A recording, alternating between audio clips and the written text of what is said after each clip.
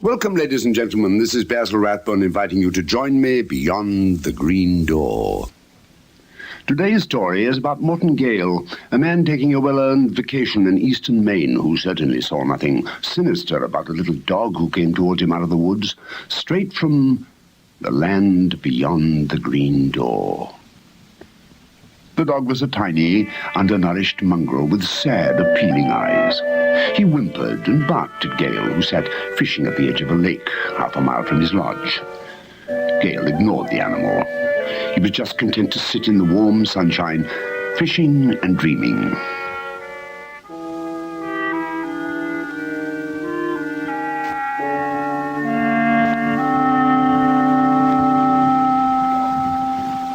But the dog was frantic, whining piteously. He nudged Gale with his little black nose, ran to the edge of the woods, barked, and then ran back to Gale. The dog's behavior was so unusual that Gale began wondering. He'd heard about dogs who had saved their masters in this way by bringing help to them. "What is it, boy?" Gale asked. "Is there something you want to show me?" The dog yelped eagerly and nudged Gale again. Gale remembered that several people had been lost in these woods recently. Perhaps the dog wanted to lead him to them. On the other hand, Gale was afraid of being lost in the woods himself. He was no hunter, and he knew very little about forest law. While he hesitated, the dog became even more frantic. All right, Gale said to the dog. "I'll come with you. But if it's far, I'm going back for help." The little dog gave every sign of joy when Gale stood up.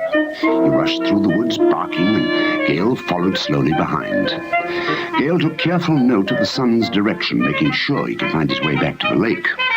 And he also watched the ground, because there was supposed to be a quicksand somewhere around here.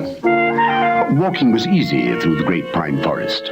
Soon the little dog had brought him to a cave deep in the woods. Here the dog stopped, his entire body trembling.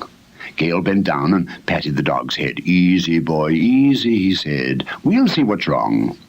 He stooped down and entered the cave. It was dark inside, and there was a strange, unpleasant odor. Then Gale saw a pile of white bones on the cave's floor. Several skulls lay among the bones, and Gale knew that they were human. "Oh, poor people," Gale said. "They must have starved to death right here in this cave, not half an hour from civilization." Then, as his eyes became more accustomed to the gloom, Gale saw shapes about him. It was a moment before he realized that they were dogs. Large, lean, hungry-looking dogs, their teeth bared, advancing on him without a sound.